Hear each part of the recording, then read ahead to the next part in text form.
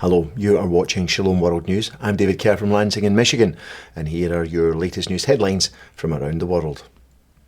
World Athletics governing body has banned men who claim to be so-called transgender from competing in women's sports. That's if the competitor in question has already experienced male puberty. The World Athletics Council announced their decision on Thursday. The organisation's president, Lord Sebastian Coe, said the decision was taken to protect those competing in the female category in sports. The new policy will come into effect on March the 31st.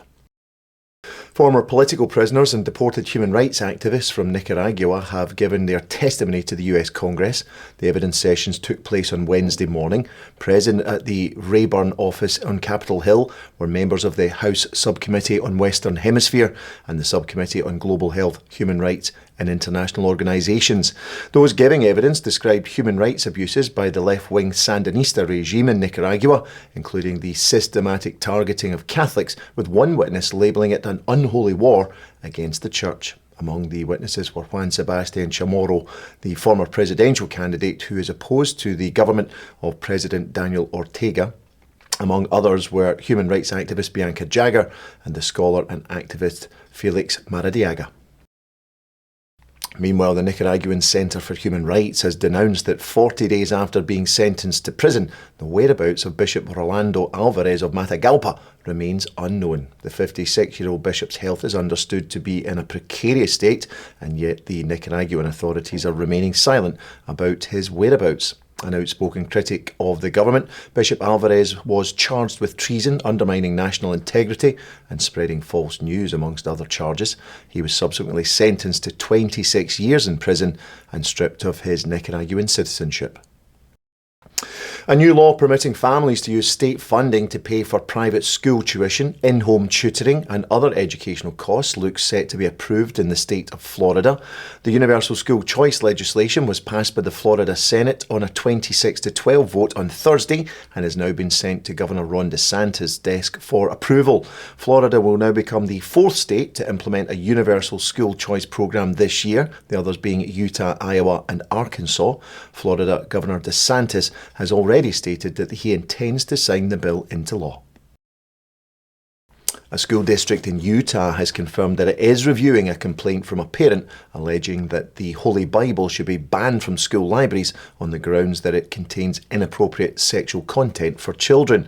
The complaint was lodged with the David School District in December of last year. It followed on from the state's passing of a sensitive materials in schools law, which permits the banning of books containing descriptions of pornographic or indecent acts deemed inappropriate for children. The chief sponsor of that bill, Republican Representative Ken Ivory, says the parental request to ban the Bible is a political stunt, describing it as another example of, quote, antics that drain school resources. Pope Francis is encouraging bishops across the European Union to strive for unity and peace. The Holy Father made his comments on Thursday morning to a delegation of bishops representing the Bishops' Conference of the European Union nations. That includes the organisation's new president, Archbishop Mariano Crociata from Italy. The Pope told them never to lose sight of the twin dreams of the EU's founding fathers, which are unity and peace. The Pope said that Europe has a future if it is truly a union in every sense and more than just a synthesis of nations with their own traits. The bishops of Argentina have issued a statement defending the sanctity of human life from conception until natural death. The statement comes from the Catholic Bishops' Conference Secretariat for the Pastoral Care of the Nascent Life in Childhood. It's been issued ahead of March the 25th, the Feast of the Annunciation, which is celebrated in Argentina as the Day of the Unborn. While emphasising the need to protect life at all stages, the bishops also pledged their prayers to the Holy Blessed Virgin so that she may strengthen everyone to foster respect for life. This weekend will also see the annual March for Lives take place in the capital city of Buenos Aires and in other towns and cities across Argentina. Meanwhile, in the US state of Connecticut, the second annual March for Life held at the state capitol has been deemed a huge success. Almost 2,500 people took part in the rally on Wednesday. The president of the March for Life Education and Defence Fund, Jeannie Mancini, said her organisation was delighted to partner with the Connecticut Catholic Conference to facilitate the event. She said there was a tremendous need for all pro-lifers in the state to march as every voice matters. At present, lawmakers in Connecticut are continuing to push to convert their state into a haven for abortion, including using taxpayers' dollars to pay for travel and lodgings for out-of-state mothers seeking an abortion. A US bishop has criticised church authorities in Germany for publicly rejecting church teaching on marriage, the family and human sexuality. Bishop Donald Hying of Madison in Wisconsin issued a statement in response to decisions taken by the German church's so-called synodal way, which brings together bishops and laity to discuss church doctrine and practice.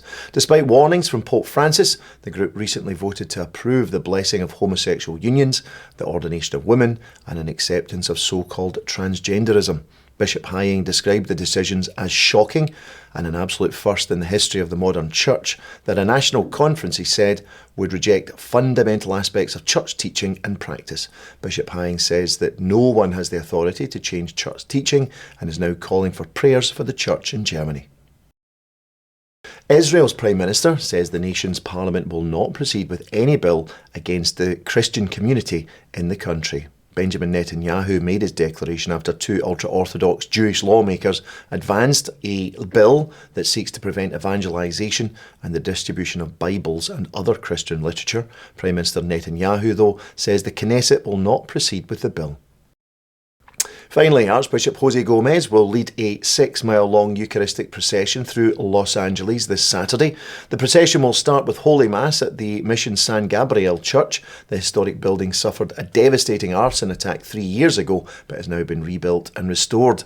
Saturday's event is all part of the National Eucharistic Revival, which is a 3-year project led by the bishops of the US aimed at reviving devotion to Jesus Christ in the Holy Eucharist. Avi Verum Corpus. Well, that's your latest headlines for now. Do join us for more tomorrow.